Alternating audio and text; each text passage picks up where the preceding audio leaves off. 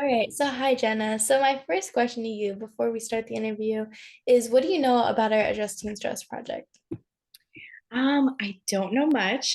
I just came across your page, looked through a little bit of it, but it seems like a really great resource for those especially utilizing social media to learn about mental health and get different resources. Yeah, so basically it's a mental health initiative started by high school teen girls. I'm one of the founders, Aba, Oh, and awesome. basically we use like different kinds of series like Teen Stories Told and Beyond the Brain. So this interview is going to be on Beyond the Brain. So we interview different kinds of people from therapists to teens and sharing their stories and perspectives on mental health, the topic of mental health. And we do provide resources on our website. So yeah. Very cool. Well, amazing for you to get that started. That's Thank easy to think. I would have never done anything like that when I was a teenager. So my first question is, could you just tell us a little bit about yourself and about your background?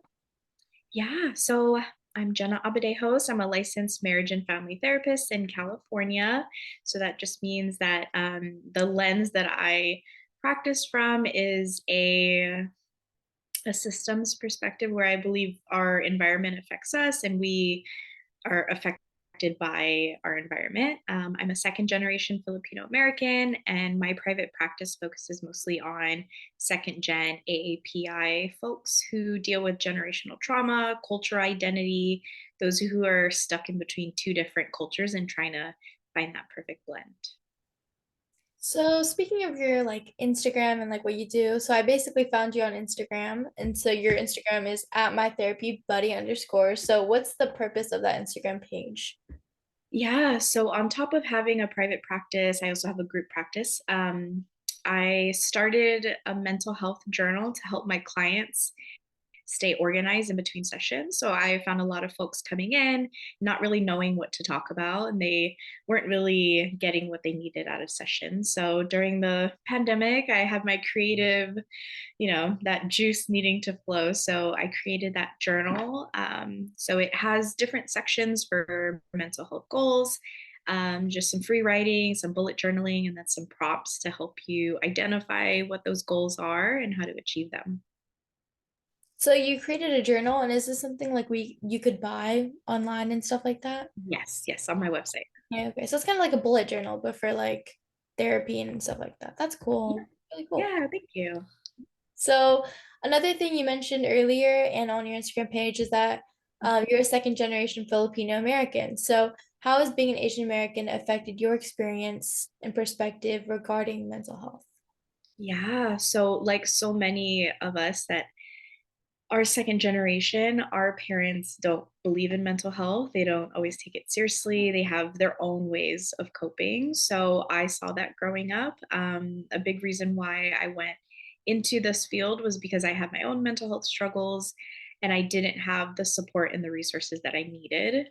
So there's still so many things that I love about our culture that are also very toxic and very unhealthy for our mental health. So I work with a lot of my clients in being able to unpack some of that and choosing what parts of our culture do we want to hold on to and embrace and what are the parts that aren't ours to keep anymore.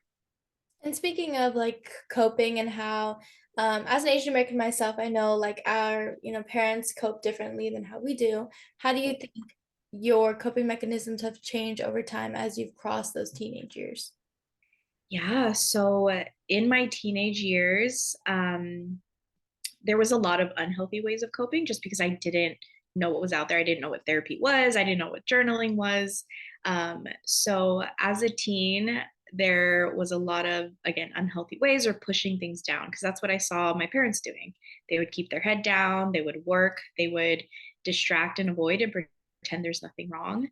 But now that I have the tools, now that I have the words for what's happening, I'm able to sit with those emotions, to process them, to reach out to people, to look for other resources outside of myself to help through those issues. And what got you interested into therapy? Um, I tell this story all the time, but I was that friend in my teenage years that my friends would call me at 1 a.m. crying, talking about their boyfriend and girlfriend, or, I was just that person that I saw when somebody had a place to just talk and vent and be validated and not, like, oh, just get over it, or, oh, leave that person. That just making space for somebody to feel what they're feeling and letting them know they're not alone. I saw how transformative that was. So I decided to make it my career. Now I hold space for everybody. What's the number one issue that you've helped treat or improve among your clients? The biggest issue I would say is living an authentic life. So we have so many external pressures, we have so many external expectations. Um, Again, coming from a second generation, there's a lot of expectations put on us of career or making money and those types of things. So I've found it really helpful to identify what feels right for me, what is my voice, what are boundaries that I have, and trying to live that more genuine life. And what's your perspective on the topic of stress, like stress among adults and stress among teens? How do you think that changes over time? Yeah, I think it goes back to, as a teen, you don't have the resources, you don't have the words, you don't also don't have the independence to be able to handle stress in certain ways. So as an adult, I have expendable income, I have a car, I can go out and travel, I can do these things that I wasn't able to as a kid or as a teen. But stress is an everyday part of our lives. I feel like as an adult, you have a little bit more stress, but you have a little bit more resources and support to be able to take care of those things. So in your resume, you mentioned developing assessments and treatment plans for your patients. So could you like walk us through the steps you take and the factors you consider when making treatment plans for your patients? Yeah, so for the most part, most therapists do this. They have some kind of treatment plan. It just helps us to have a guide of what we're going to be doing. So I work really closely with my clients on that. We talk about what are the issues that are bringing you into therapy, what are goals you have, what are things you would like to get out of therapy. And then we break those down to, okay, here's this goal of, I want to manage my anxiety. Then we kind of go through the different coping skills. We go through interventions of things that can work. And treatment planning is consistently throughout therapy. So 6 months in, we'll reevaluate. How are you progressing towards your goals? What are new goals that you have? What are different goals? So it's an ongoing process. So I know like among teenagers right now, anxiety is a really big thing within mental health that's been affected towards so many different kinds of teenagers. So what tips do you have for those teenagers suffering with anxiety? Yeah. And I, first of all, just want to echo that and validate that right now is just such a difficult time to be a teen. You have social media, you have, gun violence, you have all of these things that are going on. So when it comes to anxiety, I think the biggest thing is finding safe, validating, supportive people to talk to. Journaling is also a really good one because sometimes our thoughts can swirl and they just spin and kind of spiral. So getting it onto a piece of paper that you can look at and kind of from a different objective, think like, okay, is this that big of an issue? Is there something I can do about these things? And try to challenge some of those thoughts, some of the anxiety that's coming in, reality test it, fact check it, see if it's a legit fear that you need to have and need to do something about it, or maybe it can take the back seat. And then speaking of like social media, how that's like a really big issue at the moment, especially within teens and their body image and everything like that. Do you think it's Yes. best that how do we handle those like situations with social media? Yeah. So I sometimes will suggest to clients to take a break, literally delete it off your phone. Other times it's maybe check the accounts that you're following because the algorithm will see if you're looking at these unrealistic swimsuit models and celebrities, they're going to feed you these things and that becomes your reality. So maybe you focus more on art pages or food or those types of things, things that feed you in a different way. And then having real conversations with the people that you trust and care about those issues, because not just with teens, adults, we struggle with the comparisons and we see this perfect picture of what's going on in somebody's life, and that's not always realistic. So going back, talking about therapy. So what do you think are often misconceptions about therapy? That's a great question. I think, we've definitely come a long way. A lot of people are more interested in having conversations about it, but I think people still think there's this taboo, there's something wrong with you, that you're sick, that you're crazy, that there's something wrong, that you're needing to reach out for therapy.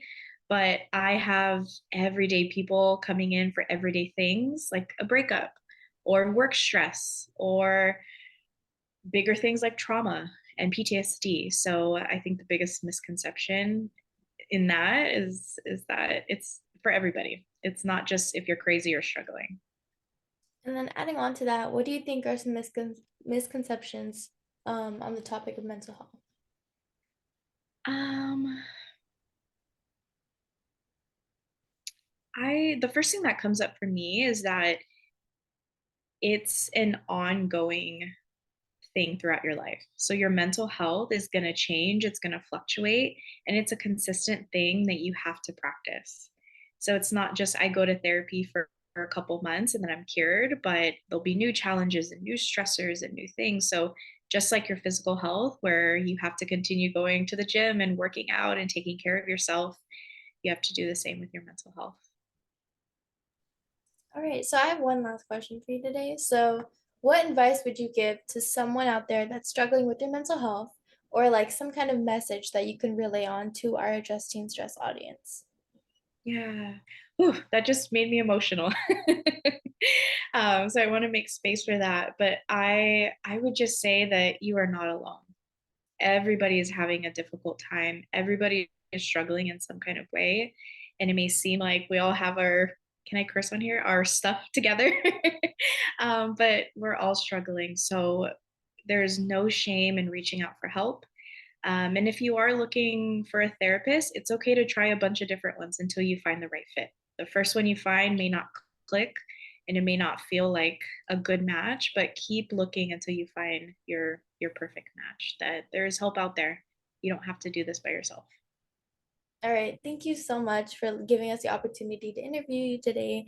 I definitely think that everybody should go follow your Instagram account. I mean, you do a lot of great things on there, and it's very inspiring. So thank you so much for this opportunity. We really appreciate it. Thank you so much. Thank you.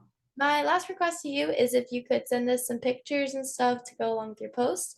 And then Yeah. this might be kind of weird, but if you could tell us like one silly fun fact about you. So some of the ones we've had in the past is Uh-huh. that somebody has to have three hot sauces on everything they eat. Somebody else said they have a pink car. Someone else has a good Animal Crossing impression. I don't know, just something like different about you. You can just let me know later if you can't think of anything. Okay. Yeah, I'll have to think about something. And then I sent you some pictures. Did you want more? Yes. I mean, Okay. yeah, yeah. Okay. Okay. Yeah, I'm just not that selfie kind of person. So I was looking for my phone. I was like, I don't have any pictures about myself. Okay. Thank you so much for this opportunity once again, and I'm really, really like happy to speak and hear from you today. Thank you so much. Thank thank you. Have a great day. You too.